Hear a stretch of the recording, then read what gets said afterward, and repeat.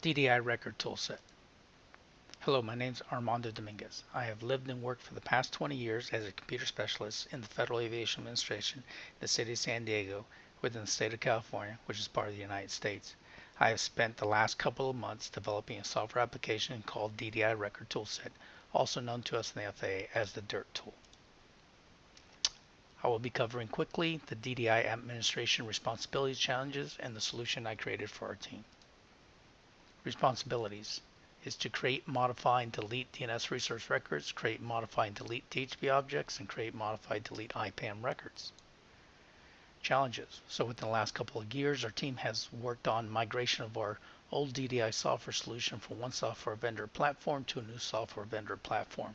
We are also currently working on consolidating our DDI core services to this new software vendor platform.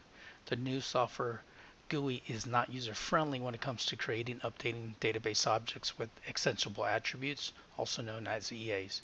The EAs are the metadata for each database object. So I created the software application to be used by my team so that we're able to create and manage DNS and IP records within our newly deployed DDI software solution.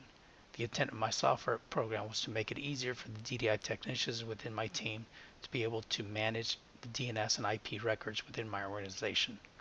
Later, I plan to add more forms to this toolset that will allow my team to create and manage DHB objects, but for now it's a good start. I will go ahead and give you a quick demo. So the software itself is it doesn't require installation. It's an executable that you can just, like a portable app. So you just double click on it, and once it launches,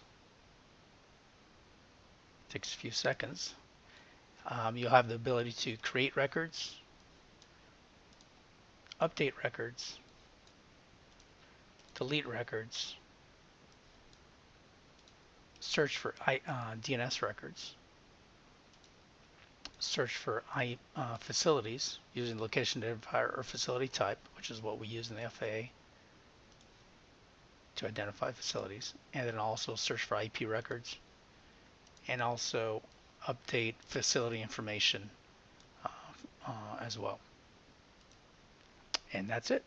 Thank you very much, and have a good day.